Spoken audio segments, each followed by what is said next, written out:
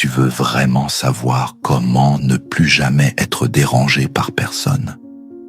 Tu crois peut-être que c'est une question de caractère, de force brute ou d'arrogance, mais la vérité est ailleurs.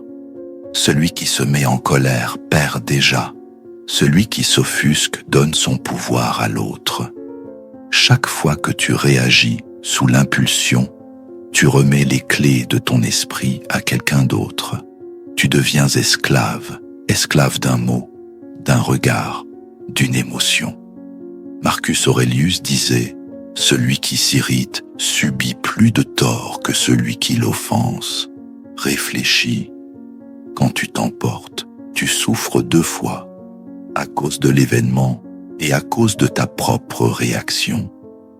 Mais imagine un instant que tu puisses rester calme, même quand tout s'effondre autour de toi. Imagine que plus rien ne puisse t'atteindre sans ta permission. C'est cela, le cœur du stoïcisme. Ce n'est pas une fuite de l'émotion, mais une maîtrise profonde, un art de vivre, une discipline mentale, une souveraineté silencieuse. Le stoïcien ne fuit pas la douleur, il l'accueille sans s'y attacher. Il ne cherche pas la vengeance, il cherche l'élévation, parce qu'il a compris que l'extérieur n'est qu'un théâtre et que la scène la plus importante est celle qui se joue à l'intérieur. Épictète nous apprend à créer une distance, un espace sacré entre le stimulus et la réponse. Dans cet espace, il y a ta liberté, ta puissance. Avant de réagir, il respirait, il observait l'émotion monter, puis passer, comme un nuage dans le ciel. Il savait que la plupart des choses qui nous blessent n'ont aucun poids réel. C'est notre interprétation qui leur donne du pouvoir. C'est notre jugement qui les rend insupportables. Tu veux devenir libre? Commence par interroger tes pensées. Chaque fois que tu te sens blessé, frustré, irrité, demande-toi, est-ce vraiment grave? Est-ce que cela mérite mon énergie? Est-ce que je ne suis pas simplement en train de nourrir mon ego blessé? Le stoïcisme, ce n'est pas être froid ou insensible. C'est ressentir, mais ne pas se noyer. C'est voir l'attaque, mais ne pas la prendre pour soi.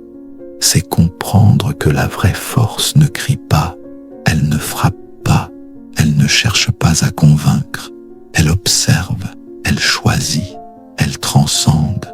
Sénéca écrivait « Tu dois être comme un rocher contre lequel les vagues se brisent sans le faire trembler. » Plus tu pratiques, plus tu deviens cette roche, inébranlable, tranquille, présent.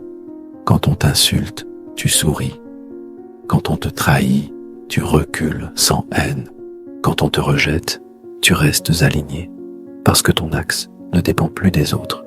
Tu es recentré, stable, silencieux. Et dans ce silence, il y a une puissance que personne ne peut t'enlever. Tu deviens un mystère, tu deviens rare, et ce calme intérieur devient ton armure. Mais attention, cette maîtrise ne s'apprend pas un jour. Elle se forge dans l'inconfort, dans l'observation de soi, dans la répétition.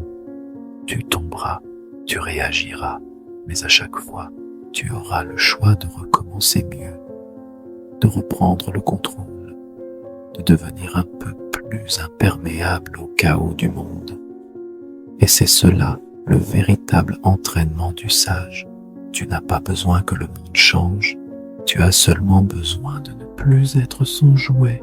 Le jour où tu ne seras plus touché par les provocations, les mensonges, les regards ou les silences, ce jour-là, tu seras libre.